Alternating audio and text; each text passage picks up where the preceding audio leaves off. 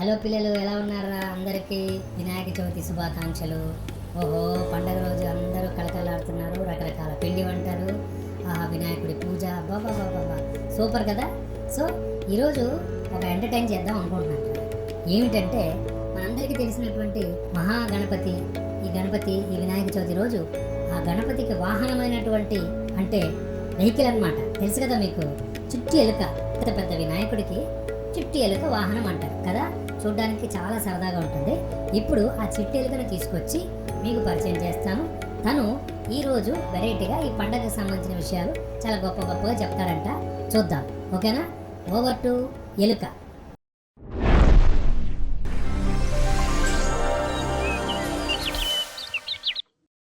పిల్లలు అందరికీ వినాయక చవితి శుభాకాంక్షలు రా.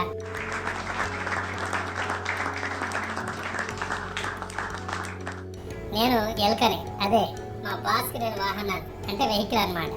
సో మా వినాయకుడు మా బాసు, ఆయన గురించి ఎంత చెప్పినా తక్కువే. ఎలాంటి కష్టాలు వచ్చినా నేను వాళ్ళందరికీ ఈ ఆశీర్వదించి ఆ కష్టాలని విఘ్నాలని పోగొట్టేవాడే మా బాసు. కాబట్టి అంత గొప్ప మహాన్నతుడి దగ్గర నేను ఆయన వెహికల్గా అంటే వాహనంగా నేను ఉన్నాను. అయితే చాలామందికి, ముఖ్యంగా పిల్లలకి, ఇది ఎందుకు ఇంత పెద్ద వినాయకుడి దగ్గర ఇంత చిట్టెలుక ఏం చేస్తుంది అని మీకు అనుమానం కదా. అందుకే ఒక పురాణం ప్రకారం ఒక చిన్న స్టోరీ ఉంది నా పిల్లలు. ఇది చెప్తే గానీ నాకు ఈ పండగ రోజు సాటిస్ఫాక్షన్ ఉండదన్నమాట. కాబట్టి ఆ స్టోరీ చెప్తా. ఏదో మీ పిచ్చుక గారు పిలిచారు, పిచ్చుక రాజా, ఎలుక నువ్వు వచ్చి పండగ రోజు కొంచెం మాట్లాడి మా పిల్లలకి ఈరోజు నువ్వు చెప్తేనే బాగుంటుంది నీ గురించి అంటే నేను వచ్చాను రా పిల్లలు.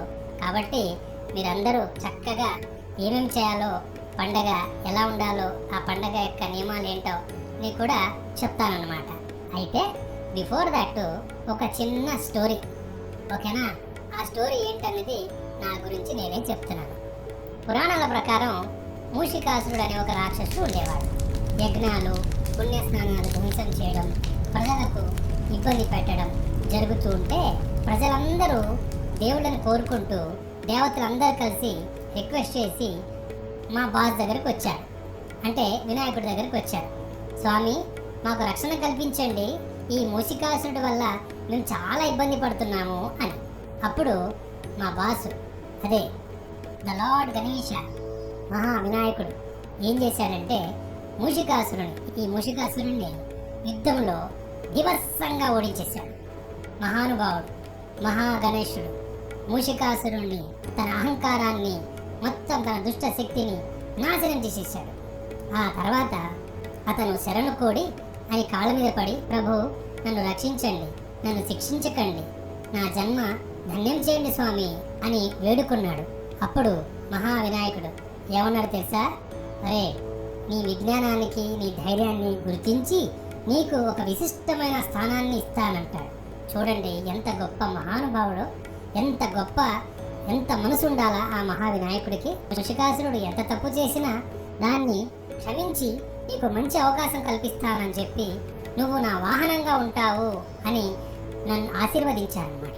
అప్పటి నుంచి ఆ మూషికాసురుడు ఎలుక రూపంలో వినాయకుడికి చక్కగా సేవలు చేసుకుంటూ అతన్ని వాహనంగా మొదలుపెట్టాను నా ప్రయాణం. ఇది ఒక అహంకారాన్ని అధిగమించి దుష్ట శక్తులను ఓడించి ఆ ప్రభు ఎంతటి గొప్పటి యోధుడో మీకు అందరికీ తెలుస్తోంది కదా ఈ కథ ద్వారా. అంటే ఆయన ఆ రాక్షసుని శమించి ప్రాణభిక్ష పెట్టబట్టే, అతను వాహనంగా ఆశీర్వదించి నన్ను కోరుకున్నబట్టే ఈరోజు నేను ఆ మహాగణపతికి నేను వాహనంగా ఒక ఎలుక రూపంలో ఆయన సేవలు చేసుకుంటూ నా జీవితాన్ని గడుపుతున్నాను. అవే కాదు, ముఖ్యంగా చక్కెర పొంగలి, మోదకాలు, అలాగే పిండి వంటలు, ఇంకా చాలా రకాల పళ్ళు, ఆకులు, అంటే రకరకాల పత్రి, ఇవన్నీ పూజలు పెడతారు కదా మా స్వామికి. అవన్నీ నేను కూడా స్వామిని రిక్వెస్ట్ చేసుకుని కొంచెం లొట్టలేసుకుని అలా తినేస్తాను. ఆ బొజ్జ గణేశునికి బొజ్జ నిండిన తర్వాత కొంత నేను కూడా తింటాను రా. కాబట్టి ఇది నా ఫ్లాష్ బ్యాక్. మూషికాసురుడు ఒక ఎలుక రూపంలో ఈ మహాగణపతికి ఎలా వాహనమయ్యాడో ఈ కథ ద్వారా నేనే స్వయంగా మీకు చెప్పడానికి అవకాశం ఇచ్చిన ఈ స్పారో టీవీకి ఆ పిచ్చుకరాజుకి చాలా చాలా ధన్యవాదాలు తెలుపుకుంటున్నాను రా.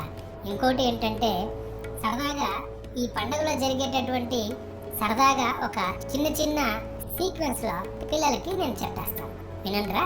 వినాయక చవితి రోజున ఉదయమే లేచి ఇంటిని శుభ్రం చేసుకొని తలస్నానం చేసి మంచి మంచి శుభ్రమైన వస్తువుల్లో ధరిస్తారు, మంచి మంచి డ్రెస్సులు వేసుకుంటారు, ఇంటిని చక్కగా మామిడి తోరణాలతో కట్టి అలంకరించుకుంటారు. తర్వాత ఒక మంచి ముహూర్తం చూసి మట్టితో చేసిన విగ్రహాన్ని ప్రతిష్ఠించి పూజ చేస్తారు. అంటే ఇక్కడ మన పొల్యూషన్ కంట్రోల్ని చూసుకొని కావాలి కాబట్టి మనం చిన్న మట్టి విగ్రహాన్ని మాత్రమే వాడాలిరా పిల్లలు. ఆ తర్వాత భగవంతుడికి సమర్పించుకోవడానికి స్వామివారికి ఇష్టమైనటువంటి రకరకాల పిండి వంటలు, రకరకాల పూలు, 21 రకాల ఆకులు అంటే లీవ్స్ అన్నమాట, పత్రి అని కూడా అంటారు, పూలు, పండ్లు, అలాగే అరటిపళ్ళు, మోదకాలు అంటే లడ్డూలు, ఉండ్రాళ్ళు, కుడుములు మొదలైనవి పిండి వంటలన్నీ సిద్ధం చేసి చక్కగా పసుపు, కుంకుమ, గంధం, అగరబత్తులు, కర్పూరం, కొబ్బరి, బెల్లం, నెయ్యి, నూనె, ఒత్తులు ఇవన్నీ పూజలో వాడతారు. ఇక పూజ విశేషాలు ఏంటి అంటే వినాయకుడికి విఘ్నాలను తొలగించే శక్తి ఉంది కాబట్టి శాస్త్ర ప్రకారం ఆ పూజలన్నీ గణపతికి సమర్పిస్తారు. ఆ తర్వాత మంత్రాలు చదువుతారు, స్వామివారికి నివేదన ఇస్తారు, అక్షంతలు తలపై వేసుకోవాలి. ఆ తర్వాతే ఆ ప్రసాదాలని మనం కూడా తినాలన్నమాట. ఈ విధంగా పూజలు మొదలుపెట్టిన తర్వాత వినాయకుడిని 3 రోజుల తర్వాత, 9 రోజుల తర్వాత, 11వ రోజు అలా కొంతమంది చక్కగా దగ్గరలో ఉన్నటువంటి సముద్రంలో కానీ, నదిలో కానీ, ప్రవాహంలో ఉన్నటువంటి నీటిలో తనని నిమజ్జన చేస్తారు. ఆ సమయంలో గణపతి బప్ప మోరియా అంటూ నినాదాలు కూడా చేస్తారు పిల్లలు. సో ఈ పండగ ఎంత సంతోషంగా, ఎంత హ్యాపీగా రకరకాల వంటలతో పేరెంట్స్తో, పిల్లలతో, అలాగే గ్రాండ్ పేరెంట్స్తో ఈ పండుగని హ్యాపీగా జరుపుకుంటూ మరొకసారి మీరు నా ద్వారా ఈ విషయాలను తెలుసుకున్నందుకు చాలా థ్యాంక్స్ రా. సో మీ ఎలుక అందరికీ వినాయక చవితి శుభాకాంక్షలు తెలియజేస్తూ మీరు ఆయుర ఆరోగ్యాలతో, అష్ట ఐశ్వర్యాలతో చక్కగా సంతోషంగా ఉండాలని ఆశిస్తూ ఈ ఎలుక మా బాస్ ద్వారా రిక్వెస్ట్ చేస్తూ మా బాస్ వినాయకుడిని కూడా మిమ్మల్ని అందరినీ ఆశీర్వదించమని కోరుకుంటూ సెలవు తీసుకుంటున్నాను. Thank you for watching the sparrow TV. Take care, bye bye. Thank you so much Elika garu. ఈరోజు మీరు మా పిల్లలకి చాలా చక్కగా పండుగ గురించి మీరే చెప్తే బాగుంటుందని చెప్పి మిమ్మల్ని గెస్ట్గా పిలిచాను. Thank you so much. మళ్ళీ మరొక మంచి వీడియోతో మళ్ళీ కలుద్దాం. అంతవరకు stay tune to sparrow TV. మీ అందరికీ వినాయక చవితి శుభాకాంక్షలు. లైక్ చేయండి, షేర్ చేయండి. Take care, bye bye, love you all.